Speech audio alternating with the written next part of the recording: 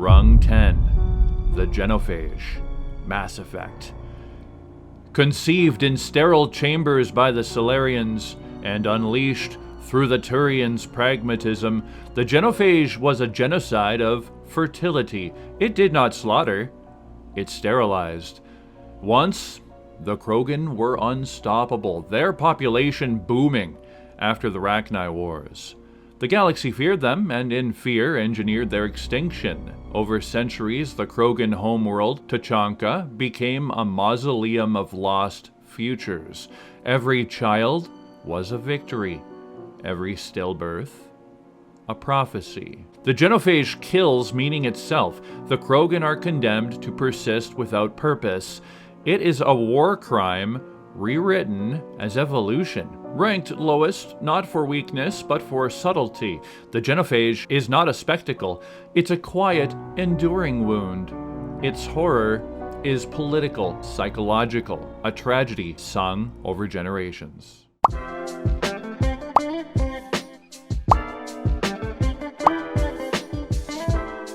Rung 9. The T-Virus. Resident Evil. Born in the laboratories of Umbrella Corporation, the T-Virus began as ambition distilled into venom. Meant to perfect the human form, it instead fractured it. Flesh reanimating into grotesque, mindless puppets. The fall of Raccoon City was only the first symptom. The infection spread through greed and secrecy. Human traits more virulent than any pathogen. Tyrants, lickers, nemeses, each a reflection of our obsession with power through control and control through death. The T-Virus represents the entropy of human ambition, the disease of thinking we can improve upon the divine template. It is humanity cannibalizing itself under fluorescent light. It ranks above the Genophage because of its visual grotesquerie and immediacy. Its horror is physical and loud, yet it lacks the metaphysical weight of the higher rungs.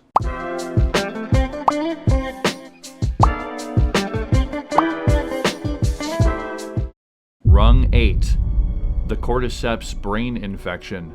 The Last of Us. It began with a simple truth: nature will always adapt. When the Cordyceps fungus mutated, it turned humanity's lungs into fertile ground. Within days, cities drowned in spores. The infected were not undead. They were alive, hijacked, puppets of a vast biological intelligence. Clickers, bloaters, runners, each a grotesque form of rebirth. Their bodies flowered with fungal coral, turning faces into gardens of rot. Yet beneath the horror lies serenity.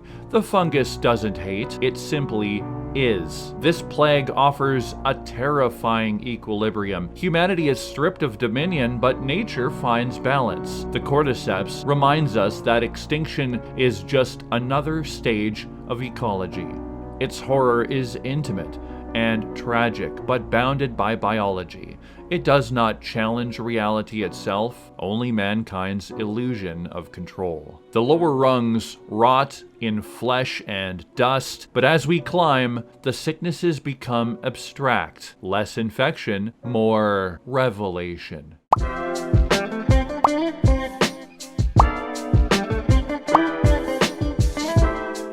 Rung 7. The Rage Virus. 28 days later. It began in the red eyes of a chimpanzee, rage bottled, distilled, weaponized. The virus was engineered as a moral experiment to purge aggression through science. Instead, it released it in its purest form. The infected did not decay. They burned. Their veins blackened. Their screams became animal. Society fell not to the dead, but to the living, consumed by fury. In London's empty streets, cathedrals echoed with the sound of breathless pursuit. Humanity survived the apocalypse only to learn that its true predator was its own biology. The rage virus holds up a mirror to human nature. It doesn't alter us, it reveals us. It makes visible the violence encoded in our DNA. The existential horror lies in recognition there is no us without it. Though not cosmic in scope, its horror is personal and unfiltered. It deserves its rung for transforming emotion, the core of identity, into plague, yet it lacks the unreality of the horrors above it.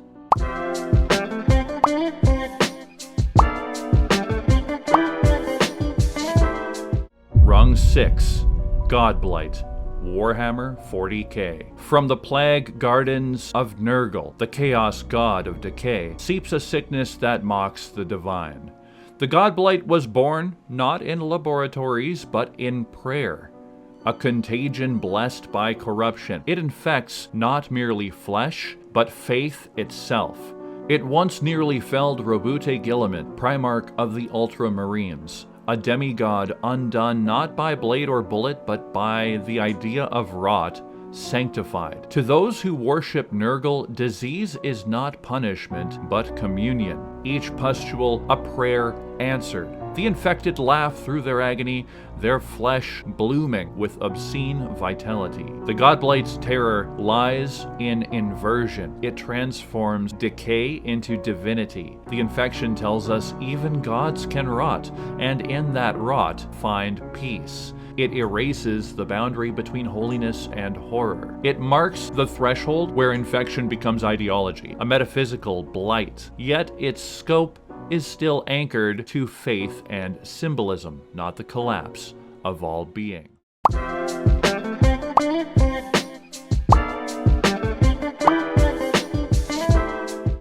Rung 5. The Scarlet Plague. Jack London. Post-London canon. In the year 2013, as imagined by Jack London, the world ends in scarlet. A pandemic burns through civilization with terrifying speed, dissolving the body into a blood-red froth within hours. The survivors become feral, regressing to primal tribes in a shattered world. The infection leaves behind not monsters, but memory, a living humanity stripped of reason and pride. It is not a supernatural disease, but a mirror to our fragility. A century after London's writing, its vision of social decay reads like prophecy. The Scarlet Plague doesn't defy nature, it restores it. It erases civilization's illusion of permanence, proving that intellect and technology were only temporary immunities against chaos. Its power lies in prescience, a fiction that predicted truth. It stands mid-rung for its psychological devastation, though its horror remains natural, not cosmic.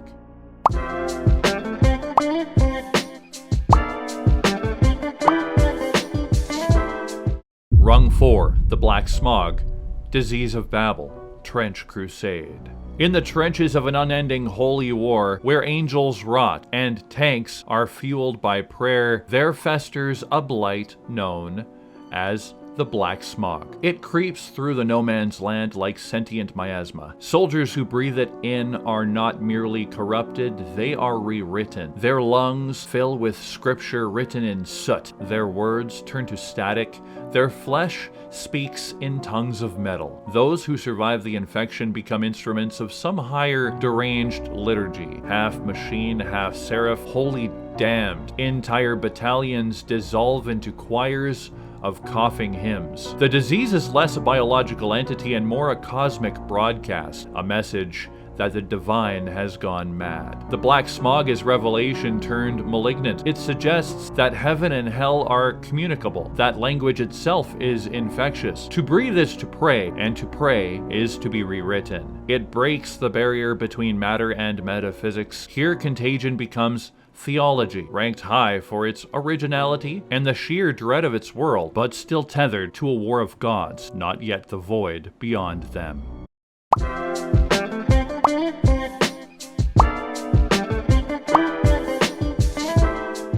Rung 3.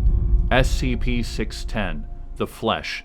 that hates. In a forgotten region of Siberia, a containment zone pulses beneath the snow. Kilometers of shifting tissue, breathing cities, and walls made of meat. The infection known as SCP-610 spreads through any organic material. Victims undergo rapid mutation, their bodies splitting and merging, forming grotesque architectures of bone and tendon. Entire villages have become colonies of sentient flesh, reshaping themselves into altars of living geometry. The infection learns. It mimics language, structures, even architecture, as though attempting to reconstruct creation through imitation. SCP-610 is the logical endpoint of evolution unrestrained, life stripped of identity, becoming pure replication. It dissolves individuality, merges species, and mocks the concept of boundaries. It's not life gone wrong, it's life realized too completely. It earns its high rung for sheer metaphysical audacity. It doesn't kill, it redefines. Yet, it remains a creation bound to matter, not yet to meaning itself, and so it cannot ascend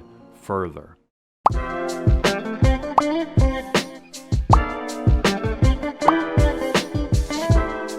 Rung 2.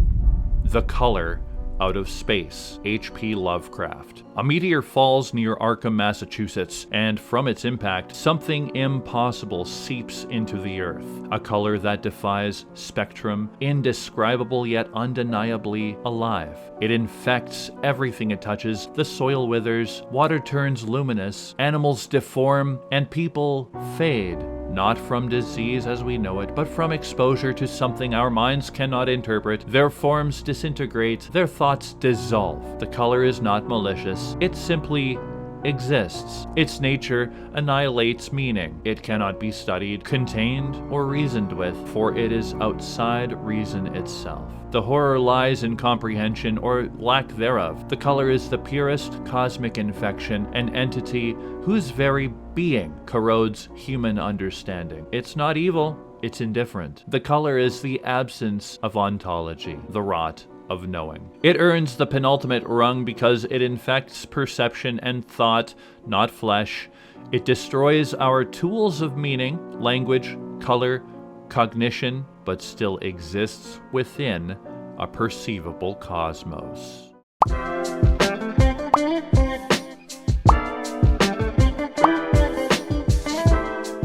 Rung 1. The Pale.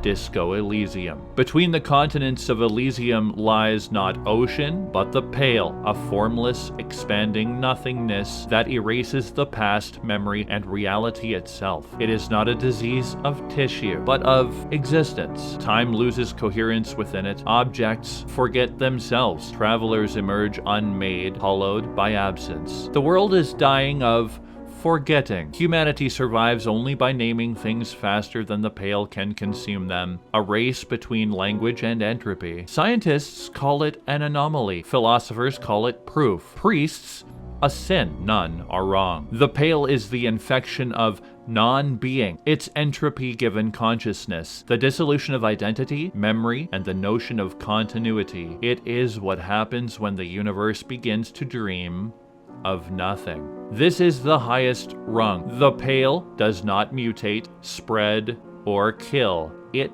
negates. It renders both sickness and healing meaningless. It is the disease of existence itself.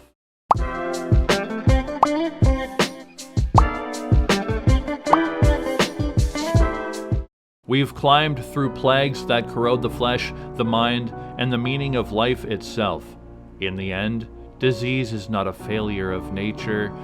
It is nature remembering its first language. Change. Whether in blood, code, or thought, the infection always finds a host. And somewhere, it's still climbing.